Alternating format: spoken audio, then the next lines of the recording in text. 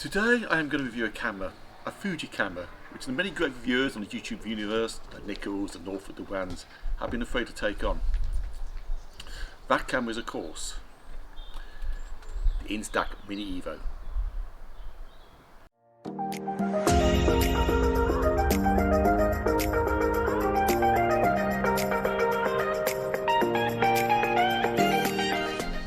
Okay, so what do you get in the Instax Mini Evo?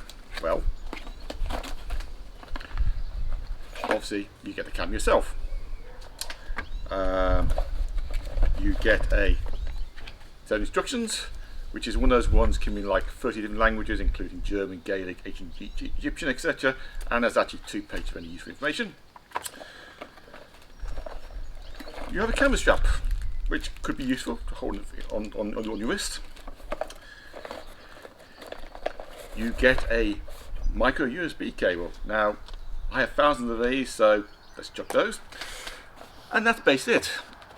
So what don't you get? Well, first thing is you don't get a lens cap, which is a bit of weird omission, but maybe I just don't feel the lens is worth saving.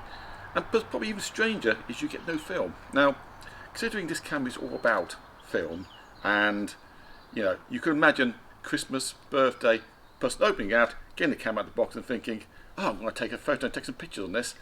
Where's the film? Nothing. So I think Fuji missed a trick by not including, just a half pack, 10 pictures, 5 pictures. It would have cost £3.70. So try hard next time, Fuji. Fuji are renowned for their retro designs, and the look I think they were going for on this one was a 1960s coated systematic, even down to the false flash mount, although perhaps a cube flash mount fake would have been more in keeping. The other thing the camera does not have is a viewfinder, and you would have thought a simple pass-through glass one would have been in keeping the camera, and also quite useful for those times when you don't want to use the LCD, say in bright sunlight.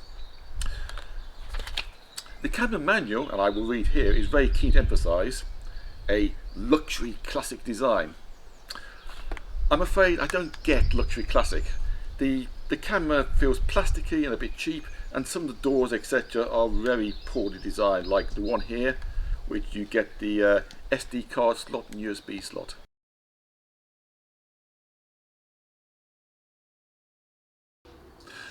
The camera has a 28mm equivalent f2.0 lens and a 4.9 megapixel sensor, which compared to even your mobile phone is quite low res. It weighs 285 grams, which in modern units is about 15 for knocked, although remember adding film will increase that. It has internal memory for 40 images and can be expanded with a micro SD slot card. The camera battery is not removable and must be charged via the USB slot. For some reason the Fuji design decided you could not run it while it is charging, which is a bit of a mistake, because if you're say on a party and the camera runs out, you can't just plug in a battery pack and keep on running. You have to recharge it. The other thing to say about the USB cable is it's only for charging. You cannot upload photos from it. So the only way you can get photos off the camera is either to transfer it to a mobile phone or via the micro SD card. The camera itself has an ISO range of 100 to 1600 and a shutter speed of about 1/4 of a second to 1/8000 of a second, but neither of these are adjustable, which does reduce artistic control considerably. Although you can set the exposure compensation via the back dial. The lens can focus about 10 centimeters, and there is a macro mode. It has a flash, like here, which of course is useful at night or in low light, but of course again this will probably drain your battery. It also has an AEF assist light and a more selfie mirror, which is a nice low-tech solution, removing the need for a flip-out LCD screen. There is a tripod hole on the side of the camera, but that obviously only useful for portrait work and not for landscape.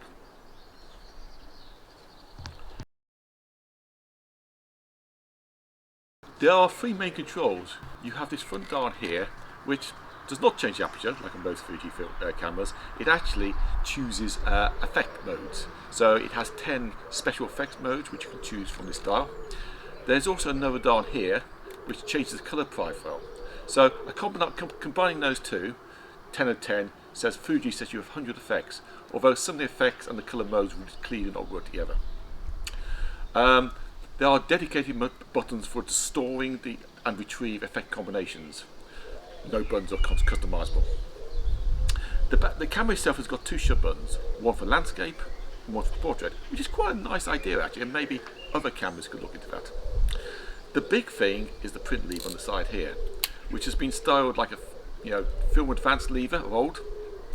You do feel though that actually the designers spent so much money on this bit that they forgot to spend some of the money on other parts of the camera. For example, the button to actually get to the print is pretty awful and virtually impossible to use, and it would have been nice if I spent a little bit of money on some of the controls and perhaps a bit less on a bit like gadget like this. One thing to note is the camera itself is very flat, and due to the very low profile lens, it's very easy to get your fingers in front of the lens or the flash, and some sort of finger mount to stop your fingers slipping would have been really nice, and probably stop taking photos of your thumb, etc. The rear provides a 4-way D-pad. One way provides access to the shooting menu, which allows changes to white balance, flash settings, macro mode, and there's also a self-timer. It's also how you get to the exposure compensation, which is pretty well the only exposure mode you get. But it's quite useful because I generally found the exposure a little bit overexposed. The D-pad also provides access to a digital zoom function, which is about as useful as any digital zoom you get on any camera. The menu button has access to camera settings. Now, to surprise here, there is a face detection option, though I have no idea what effect that has, since I don't think this is an autofocus lens. Secondly, as a firmware upgrade option, yes, Fuji is expecting at some point to roll out an upgrade to add new features, although what those could be, I have no idea. The most important feature of this is the Bluetooth, which allows connectivity to your mobile phone via the Instax app, allowing the phone to act as a remote printer or to upload photos to your phone. Now this is quite a useful function and probably the way a lot of people use it.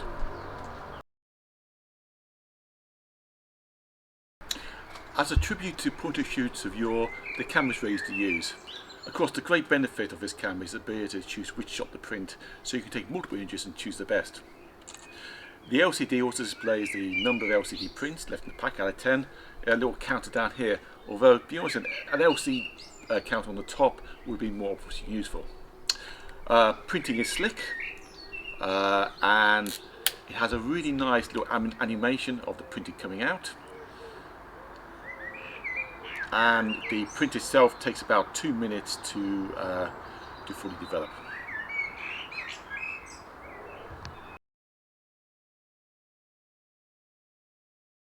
Okay, so now my assistant is going to talk about the video features of this camera. Okay, there are no video features camera, although I guess if you take as many of these you could perhaps use one of those flip animations, but at 70p a shot might be a little bit on the expensive side.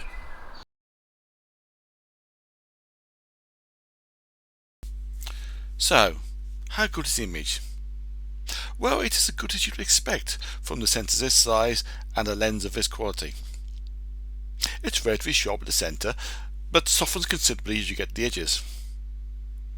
Of course, this is all mute, since most images we printed on 8x5cm prints, so great definition is probably not the most essential thing.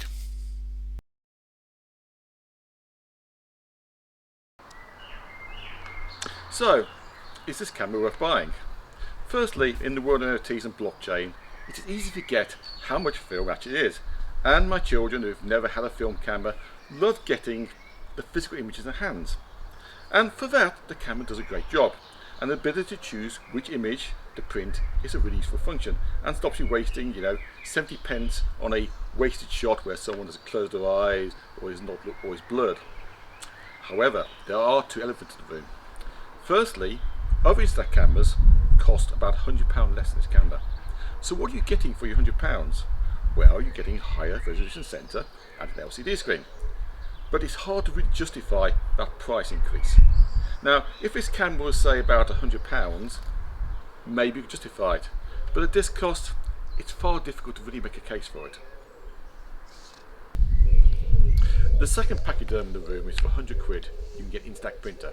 Now, an Instax printer you can connect to your mobile phone and print from your phone. Now of course your mobile phone has a much better camera, it has apps to edit the photos, and if you want to add effects you can do it within that. So again, it's really hard to see where this camera sits, and in a way I feel Fuji has missed a trick. One of the things that Fuji are really famous for is their film simulations. Now I could imagine a camera like this which doesn't print out sort of just print, but also prints out photos using film simulations. So if I want to take a photo but print it out like in Fuji Provia or Ilford HP5, I could just choose a mode of this and print it out. And that is how I feel this camera should have been. And one thing to just re-add really is that Fuji itself probably makes more money from the films than actually selling the cameras. So really they need a camera which goes back to those film days and builds them for semi-professional or enthusiast photographers who really want to get back to the film but doesn't want to go for the whole thing of buying film cameras, develop them and all those sort of things. In summary, the camera is really fun to use. You can choose which image you print. It has some fun effects and the printing is slick. On the downside, the build quality of the camera in total is not great. Camera charging could be better. It has a very average image quality and there are better, cheaper alternatives out there. But if you want a camera where you can actually take an image, store it and decide which one you want to print, this will do the job, although there might be better alternatives out there.